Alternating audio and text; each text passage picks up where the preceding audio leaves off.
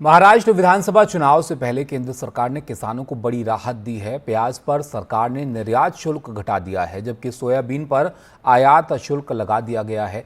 Soybean का समर्थन मूल्य भी सरकार ने बढ़ा दिया है। बीते लोकसभा चुनाव में किसानों की नाराजगी का खामियाजा सत्ताधारी महायुति को भुगतना पड़ा था और राज्य में इस गठबंधन की सीटें घट गई थीं।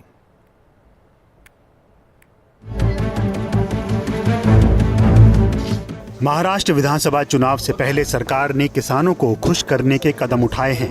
केंद्र ने प्याज के निर्यात शुल्क को 40% से घटाकर 20% कर दिया है।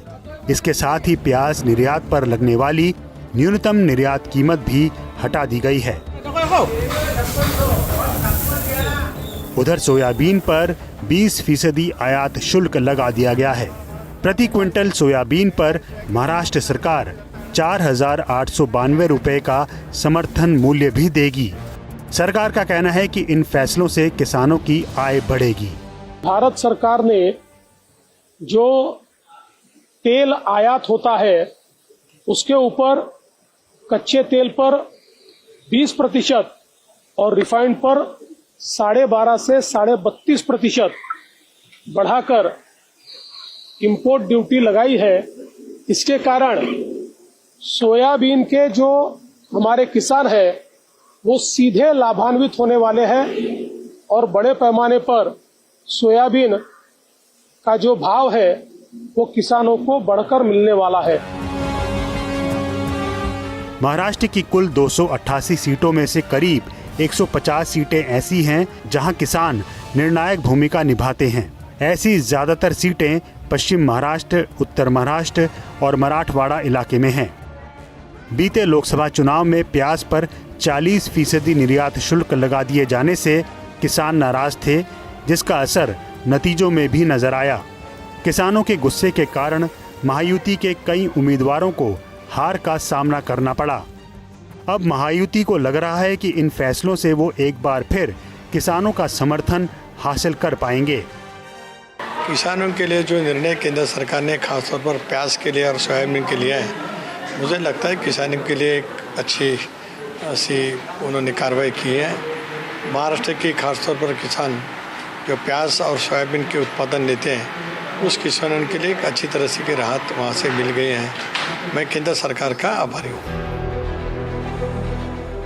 महाराष्ट्र के किसानों ने इन फैसलों का स्वागत तो किया है, लेकिन उन्हें इस बात की आशंका भी है कि कहीं चुनाव के बाद इन्हें वापस ना ले लिया जाए। जो प्याज के बारे में यहाँ पे जो निर्यात मूल्य कम करने का निर्णय हो या 40% की ड्यूटी कम करने का जो यहाँ पे डिसीजन लिया है, ये लेने से कुछ ज़्यादा फायदा किसानों को यहाँ नहीं होने वाला है। ये डिसीजन अगर पहले 4 महीने में अगर केंद्र शासन की ओर से लिया जाता तो किसानों को यहाँ फायदा हो सकता था। उस वक्त किसानों ने 1,000-1,200 रुपये में अपना प्याज बेचा, तभी एक्सपोर्ट की परमिशन यहाँ पे नहीं मिली। और आज जबकि प्याज खत्म हो चुका है तब यहाँ पे केंद्र शासन बोले आप निर्यात करो, तो ये सिर्फ चुनावी जुमला है। नहीं, देखिए, केंद्र सरकार का हम अभिनंदन करते हैं, क्योंकि हम लोकसभा के पहले ये मांग कर रहे थे कि निर्यात बंदी हटाओ, 40% ड्यूटी है वो हटाओ। लेकिन उन्होंने जब उनको सर्वे आया तो उनके खिलाफ जा रहा था, इसलिए उन्होंने निर्णय लिया। तो भी हम उनका स्वागत करते, लेकिन हमारी ये मांग है इलेक्शन होने के बाद में वापस निर्यात बंदी, वापस ड्यूटी, ये मत करो। विपक्षी गठबंधन महाविकास अघाड़ी का आरोप है कि चुनाव के पहले इस तरह के फैसले लेकर सरकार किसानों की आंखों में धूल झोंक रही है। इन फैसलों के जरिए अगर सरकार किसानों को खुश करने में कामयाब हो जाती है तो कुछ दूसरी समस्याओं से भी सरकार को दो चार होना पड़ सकता है। प्याज के निर्यात और सोयाबीन के आयात पर जिस तरह से सरकार ने फैसला लिया है उससे इन्फ्लेशन की दर यानी महंगाई दर बढ़ने की आशंका है। और एंड चुनाव से पहले अगर इन्फ्लेशन की दर या फिर महंगाई दर बढ़ती है तो इसको लेकर या इससे निपटने को लेकर सरकार ने क्या रणनीति बनाई है, ये देखना महत्वपूर्ण होगा। मुंबई से रौनक कुकड़े, एनडीटीवी इंडिया के लिए।